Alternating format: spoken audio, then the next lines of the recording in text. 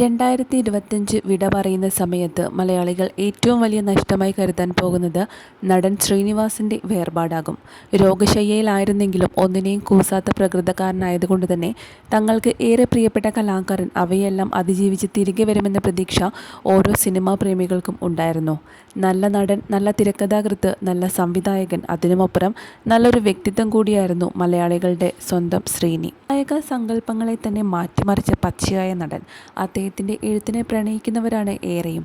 ആശയപരമായി എതിർപ്പുള്ളവർ പോലും അദ്ദേഹം അന്തരിച്ചു എന്ന വാർത്ത ഒരു ഞെട്ടലോടെ തന്നെയാണ് കേട്ടത്. കാലം എത്ര പിന്നിട്ടാലും മലയാള സിനിമയിൽ മറ്റൊരു ശ്രീനി ഉണ്ടാവുകയുമില്ല. ഡിസംബർ 20 അദ്ദേഹത്തിൻ്റെ മരണം സംഭവിച്ചത്. തെന്നിന്ത്യൻ സിനിമയിലെ ഒട്ടുമിക്ക താരങ്ങളും അനുശോചനം രേഖപ്പെടുത്തി.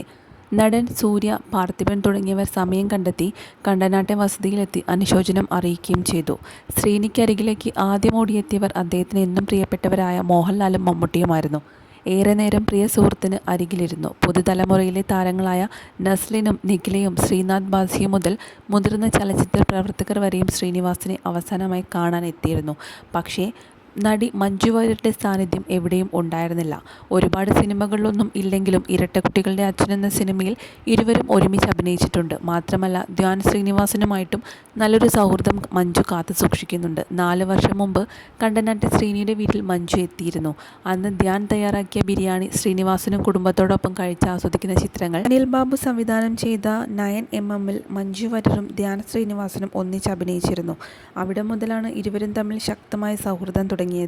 ശ്രീനിവാസന് അന്തിമോപചാരം അർപ്പിക്കാൻ നടി മഞ്ജു വാര്യർ എത്താത്തതിൽ ഒരുപാട് വിമർശനങ്ങൾ എത്തിയിരുന്നു. എന്നാൽ അതിനെല്ലാം മറുപടിയുമായി ഇപ്പോൾ സോഷ്യൽ മീഡിയയിൽ തന്നെ വരുന്ന വാക്കുകൾ ഇങ്ങനെയാണ്: ദിലീപ് എപ്പോഴും അവിടെ തന്നെ ഉണ്ടായിരുന്നു. ശ്രീനിവാസൻ മരിച്ച ആ സമയം തൊട്ട് ദിലീപ് എല്ലാ കാര്യങ്ങൾക്കും മുൻപന്തിയിൽ തന്നെ ശ്രീനിവാസൻ്റെ കുടുംബത്തോടൊപ്പം ഉണ്ടായിരുന്നു.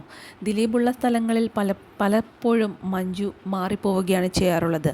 അതുകൊണ്ട് തന്നെ മഞ്ജു അവിടേക്ക് വരാത്തതിൻ്റെ കാരണം നടൻ ദിലീപാണെന്നാണ് ഇപ്പോൾ പറയപ്പെടുന്നത്. ശ്രീനിവാസിന് അന്തിമോപചാരം അർപ്പിക്കാൻ എത്തിയില്ലെങ്കിലും പ്രിയപ്പെട്ട സഹപ്രവർത്തകൻ്റെ വേർപാടിൽ മഞ്ജു വാര്യർ അന്ത്യാഞ്ജലി അർപ്പിച്ചിട്ടുണ്ട്.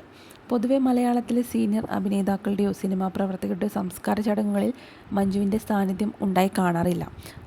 നടിയെ ആക്രമിച്ച കേസും വിവാദങ്ങളും ദിലീപിനെ കുറ്റവിമുക്തനാക്കിയ വിധിയുമെല്ലാം വന്ന ശേഷം മഞ്ജു ഒരു പൊതുവേദിയിലും പ്രത്യക്ഷപ്പെട്ടിട്ടില്ല. പക്ഷേ ശ്രീനിവാസൻ്റെ മരണവാർത്ത അറിഞ്ഞപ്പോൾ ആദ്യം ഓടിയെത്തിയവരിൽ ദിലീപ് ഉണ്ടായിരുന്നു. ചിത എരിഞ്ഞു തീരും വരെ കുടുംബത്തെ ആശ്വസിപ്പിക്കുകയും ഒപ്പം നിൽക്കുകയും ചെയ്തിട്ടുണ്ട്. മഞ്ജുവിൻ്റെ പ്രിയ സുഹൃത്തുക്കളായ കുഞ്ചാക്കോ ബോബൻ, രമേശ് പിഷാരടി തുടങ്ങിയവരെല്ലാം ശ്രീനിവാസന് അന്ത്യാഞ്ജലി അർപ്പിക്കാൻ